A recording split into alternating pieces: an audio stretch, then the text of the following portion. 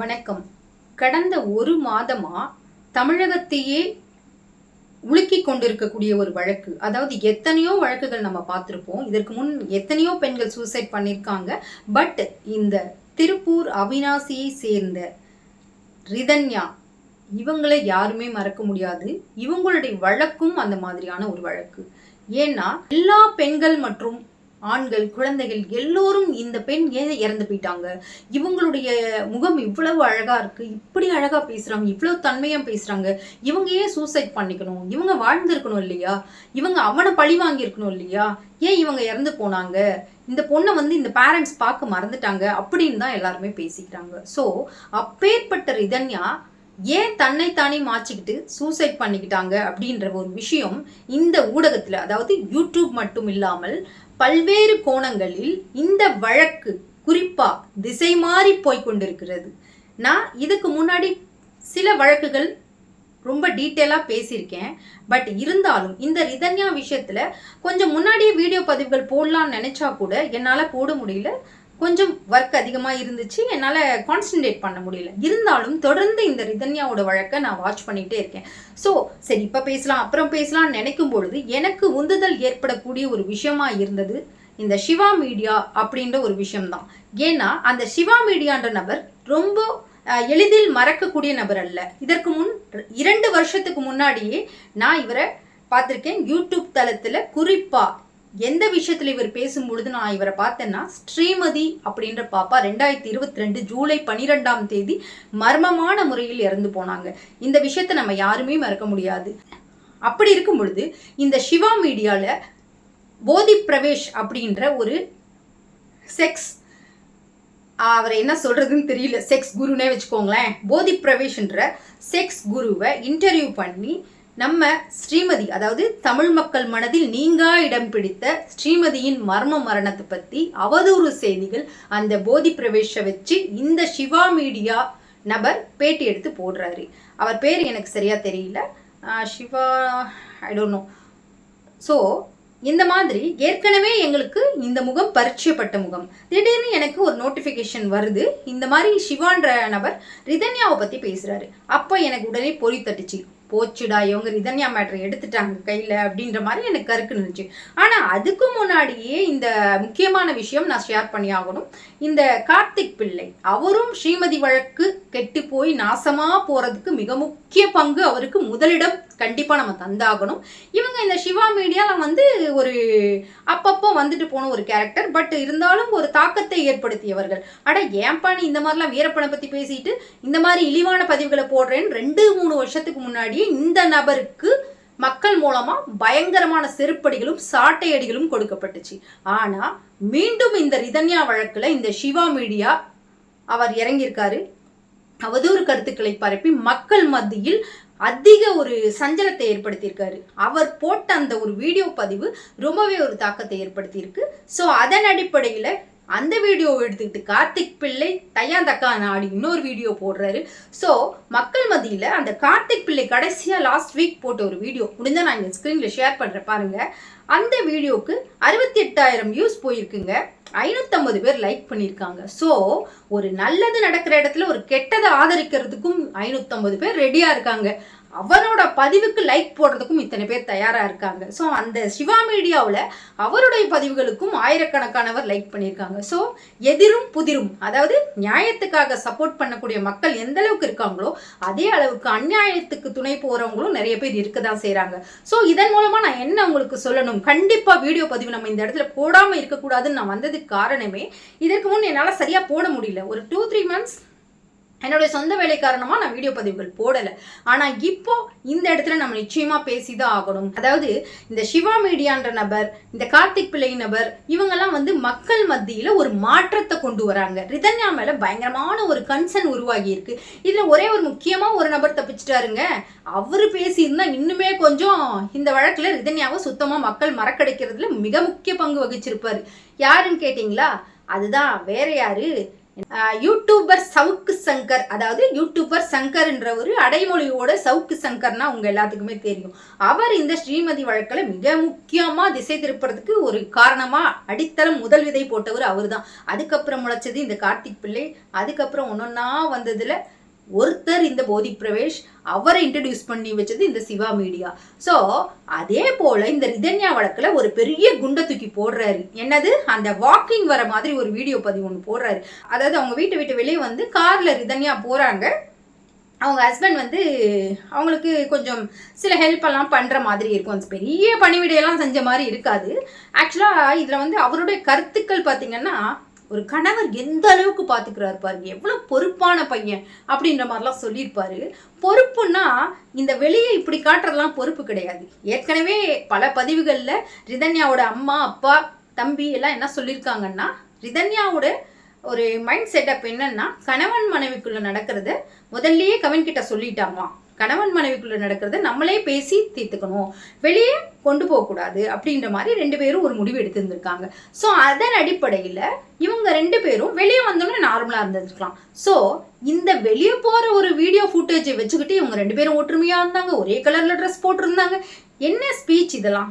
என்ன மாதிரி ஒரு எண்ணம் கொண்ட மனிதர்களா இருக்கீங்க நீங்கெல்லாம்? ஒரு சின்ன ஏங்க, ஒரு பொண்ணு ஆடியோவில் தன்னுடைய மனக்குமுறலை சொல்லி அழுதுட்டு, அப்பா அம்மா சாரி, என் மேலே இவ்வளோ பாசம் வச்சுருக்கீங்க, உங்களெல்லாம் விட்டுட்டு போகிறது எனக்கு உலகத்திலேயே எனக்கு ரொம்ப முக்கியமானவங்க நீங்கள் அப்படின்ற மாதிரிலாம் சொல்லிட்டு, என்னுடைய இறப்புக்கு என்னுடைய கணவர், என்னுடைய மாமியார், என்னுடைய மாமனார் இவங்க தான் காரணம்னு ஆடியோ வாய்ஸ் கொடுத்து கூட நீங்கள் இந்த ஒரு ஃபுட்டேஜை வச்சு இது எல்லாமே திசை மாற்ற முயற்சி பண்ணுறது வந்து ரொம்ப கேவலமான செயல். உங்களுடைய பதிவின் கீழே 2 மகள்கள் உங்களுக்கு இருக்கிறதா நான் கேள்விப்பட்டேன். அப்படி 2 மகள்கள் இருந்தால் அவங்க வாழ்க்கை நல்லா இருக்கும்னு நினச்சா இது போன்ற வேலைகள் பணத்துக்காக செய்கிறது தயவு செய்து நிறுத்திக்கோங்க. இனிமே இப்படி செய்துட்டோமேன்றது தயவு செய்து அனலைஸ் பண்ணிட்டு அந்த வீடியோ பதிவுகள்லாம் நீக்கிடுங்க. ஏன்னா இறந்து போன பெண் தான்னாலும் ஒரு பெண்ணோட வாழ்க்கையில இந்த அளவுக்கு அந்த பொண்ணு உயிரோடு இருந்திருந்தா ரொம்பவே வேதனைப்பட்டிருப்பா. ஒருவேளை சாவ கடந்து பிழைக்கிறது இப்போவோ அப்போவோன்னு இருந்து இந்த மாதிரியெல்லாம் நீங்கள் பதிவு போடுறதெல்லாம் அந்த பொண்ணு பார்த்துருந்தா மீண்டும் சூசைட் பண்ணி செத்துருப்பா. அந்த மாதிரி தான் இருக்குது உங்களுடைய பதிவுகள்லாம். எவ்வளோ ஒரு கீழ்த்தரமான பதிவு! எப்படிங்க உங்களால் இப்படி பேச முடியுது? அந்த கவின் நல்லவர் வல்லவர்னு அப்படி புகழாரம் சூட்டுறீங்க. எப்படிங்க அது உங்களால்? கவின் கிட்ட போய் நீங்கள் விசாரிச்சிங்களா? இன்னும் ப்ரீஃபாக நான் இதை பற்றி பேசணும்னு நினைக்கிறேன். நான் முன்கூட்டியே என்னென்னமோ நினச்சேன், ஆனால் ஏதோ ஒன்று பேச ஆரம்பிச்சிட்டேன். ஆத்திரம் அவ்வளோ வருதுங்க. இப்படியுமா இருப்பீங்க மனிதர்கள்? ஒரு பணம் கொடுக்குறாங்கன்னா என்ன வேணா பேசிடுவீங்களா? அந்த மாதிரி நாங்கள்லாம் இல்லைங்க. அப்படி இருந்திருந்தா இந்நேரம் எத்தனையோ பதிவுகள் போட்டிருக்க முடியும். ஏதாவது ஒரு வீடியோ போடுறதுன்னா பயமாக இருக்குது. என்ன பதிவுகள் போடணும், நேரம் ஒதுக்கணும், அதுக்காக நம்ம பேசணும் அப்படின்னும் பொழுது நீங்கள் இதற்காகவே யூடியூப் தளம் அமைச்சு ஒரு மோட்டிவில் நீங்கள் செயல்பட்டு இருக்கும் பொழுது ஒரு நல்ல பதிவுகளை போடுங்க, மக்களுக்கு பயனுள்ள பதிவுகளை போடுங்க. இந்த மாதிரி ஒரு குடும்பத்தை அழிக்கக்கூடிய பதிவுகளுக்காக பணத்தை வாங்கிக்கிட்டு இந்த அளவுக்கு ஒரு கீழ்த்தரமான பதிவுகளுக்கு வந்து உடன்படும் பொழுது உங்களுடைய தரம் குறையுது, உங்கள் சேனலோட குவாலிட்டி கம்மியாகுது. மனிதர்கள் உங்களை கீழே அந்த கமெண்ட்ஸ்லேயே தெரியும் எவ்வளோ கேவலமாக உங்களை திட்டிருக்காங்க. இதன் பிறகும் நீங்கள் தொடர்ந்து ஒரு 4 பதிவுகள் போட்டு ஒரு ஃபயரை கிளப்பி விட்டுட்டீங்க. யூடியூபெல்லாம் 10 கிட்ட எரியுது, அவன் ஆளாளுக்கு ஒன்று பேசுகிறாங்க. இதுக்கெல்லாம் காரணமாக இருக்கிறது நீங்கள். பட் ஸ்ரீமதி வழக்கில் பேசுறதுக்கு வந்து பல ஊடகங்கள் முன் வந்துச்சு இந்த இடத்துல. ஏன்னா ஸ்ரீமதி வழக்கு பேசின பல ஊடகங்கள் மீது கம்ப்ளைண்ட் இருக்குது. ஸோ அதன் அடிப்படையில் இந்த ரிதன்யா வழக்கை யாரும் அந்த அளவுக்கு டச் பண்ணலையா என்னன்னு தெரியல. கலாட்டா மீடியா பண்ணாங்க, அதன் பிறகு பெரிய பெரிய சேனல்ஸ் எல்லாம் மோஸ்ட்லி இதை வந்து கவர் பண்ணவே இல்லை.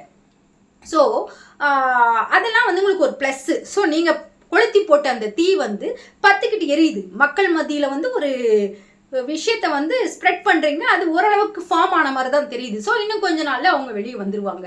ஸோ இதுதானே நடக்க போகுது. என்ன ஒரு கீழ்த்தரமான ஒரு புத்தி உங்களுக்கெல்லாம்! ஒரு பணத்தை வாங்கிட்டு என்ன வேணா பேசுவீங்களா? இன்னும் கார்த்திக் பிள்ளை பணம் வாங்கல, அவர் சுயமாக இப்போ தான் விட்டு போட்டுட்டு இருக்காரு. ஒரு 4 வீடியோ போட்டிருக்காரு. மேபி அவங்க வந்து கான்டாக்ட் பண்ணிட்டாங்கன்னா இவர் தொடர்ந்து எப்படி ஸ்ரீமதி வீடியோவில் வந்து ஒரு 400 வீடியோவுக்கு மேலே போட்டிருக்காரு. பிளேலிஸ்ட் வேற போட்டு கள்ளக்குறிச்சி ஸ்ரீமதி வழக்குனே போட்டு வச்சிருப்பாரு போல இருக்காது. டைட்டில் என்னன்னு எனக்கு ஞாபகம் இல்லை. ஸோ இவங்கெல்லாம் பணத்துக்காகவே முழுமையாக செயல்படுவாங்க, எதிரிகளுக்காக.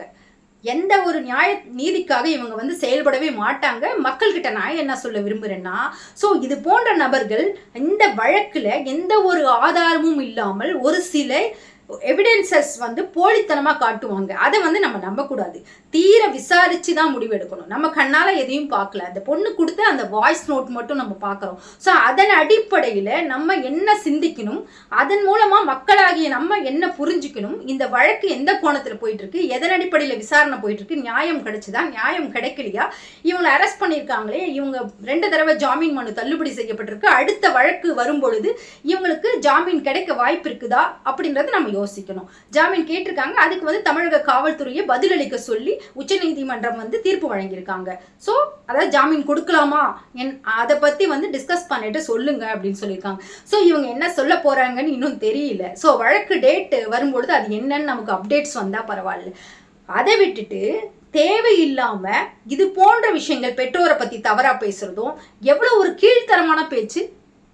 மக்கள்கிட்ட நிச்சயமா இந்த ரிதன்யா வழக்குல யாரெல்லாம் இந்த வழக்கு வந்து திசை மாற்றி கொண்டிருக்கிறார்கள், அவருடைய ஒவ்வொரு பாயிண்ட்ஸும் எந்த அளவுக்கு செயல்படுது அப்படின்றத நம்ம நிச்சயமா இங்க விளக்கிதான் ஆகணும். இதன் அடிப்படையில் நான் கொஞ்சம் ஒரு சில வீடியோக்கள் இந்த ரிதன்யா வழக்கை பத்தி போடுவேன். தொடர்ந்து என்னால் போட முடியாது. முக்கியமான விஷயங்களை நான் கண்டிப்பா மக்கள்கிட்ட ஷேர் பண்ணிப்பேன். அது மட்டும் இல்லாம இன்னொரு வீடியோவும் நான் பார்த்தேன். அதாவது சேக்குவாரான்னு நினைக்கிறேன். சேக்குவாரான்ற அவர் என்னன்னு எனக்கு தெரியல. பட் அவரோட பதிவுகளும் அப்படிதான். முழுக்க ரிதன்யாவை எதிர்த்து, முழுக்க ரிதன்யாவை வந்து கேவலப்படுத்தி தான் இருக்கு அவருடைய பதிவுகள். எப்படி இதெல்லாம் நடத்த முடியுது? ஒரு சில பாயிண்ட்ஸ் வந்து ஜெனரல் லைஃப்க்கு ஓகேவா இருந்தாலும் அவர் சொல்றது, பட் முழுக்க இவங்களோட மோட்டிவ் என்னன்னா ரிதன்யாவை வந்து ஒன்றும் இல்லாமல் ஆக்கணும், ரிதன்யா வழக்கை வந்து 0 ஆக்கணும். இதுதான் அவங்களுடைய மோட்டிவ். ஸோ மக்களே, இவங்க என்ன பண்ணியிருக்காங்க? ஸோ ரிதன்யா வழக்கில் எது மாதிரி எல்லாம் பிரச்சனைகள் நடந்துட்டு இருக்கு, அந்த பொண்ணு மனநிலை அந்த நேரத்தில் எந்த மாதிரி இருந்ததுன்னு நான் எப்படி பார்த்தேன், எனக்கு அதை நான் எப்படி புரிஞ்சுக்கிட்டேன், நீங்களும் அது மாதிரி தான் புரிஞ்சுக்கிட்டீங்களா, இல்லை உங்களுக்கு வேற மாதிரி ஏதாவது எண்ணங்கள் தோன்றுச்சா அப்படின்றது என்னுடைய வீடியோ பதிவின் கீழே கமெண்ட் போடுங்க. நிச்சயமா நம்ம இதை தொடர்ந்து பேசுவோம். இதில் இருக்கிற பிரச்சனைகளை ஆராய்ச்சி பண்ணி மக்கள் மத்தியில் கிளாரிட்டி கொண்டு வரணும். இது போல் எந்த பெண்ணும் ஒரு அவசர முடிவுக்கு வரக்கூடாது. பிடிக்கலன்னா விலகி இருக்கணும். பெற்றோர்களும் பிள்ளைகள் என்ன சொல்றாங்க அப்படின்றத லிசன் பண்ணி கேளுங்க. தயவு செய்து ஒரு நகை கேட்குறாங்கனாலே அந்த இடத்துல ஒரு பிரச்சனை கண்டிப்பா இருக்கும். அந்த குடும்பத்துக்கு தயவு செய்து பெண்ணை கொடுக்காதீங்க. பணம் எதிர்பார்க்கிற குடும்பத்தில் இருக்கிறவங்க நிச்சயமா பெண்ணுக்கு பாதுகாப்பு தர மாட்டாங்க. பணத்தை தான் மெயினா பார்ப்பாங்க. ஸோ இதையெல்லாம் கருத்தில் கொண்டு வெறும் ரிதன்யாவோட பெற்றோரை மட்டும் குறை சொல்லிக்கிட்டு பல வீடியோ பதிவுகள் போட்டுட்டு இருக்கீங்க. அதெல்லாம் அன்னெசரி. ஸ்டாப் பண்ணிக்கோங்க. ஸோ மேற்கொண்டு ரிதன்யா என்ன பேசியிருக்காங்க, இந்த வழக்கில் என்னெல்லாம் ராங்கா போயிட்டு இருக்கு இல்லை ரைட்டா போயிட்டு இருக்குன்னு சொல்லிட்டு பல்வேறு கோணங்கள்ல நம்ம பார்ப்போம். வாங்க தொடர்ந்து வீடியோ பார்க்கலாம்.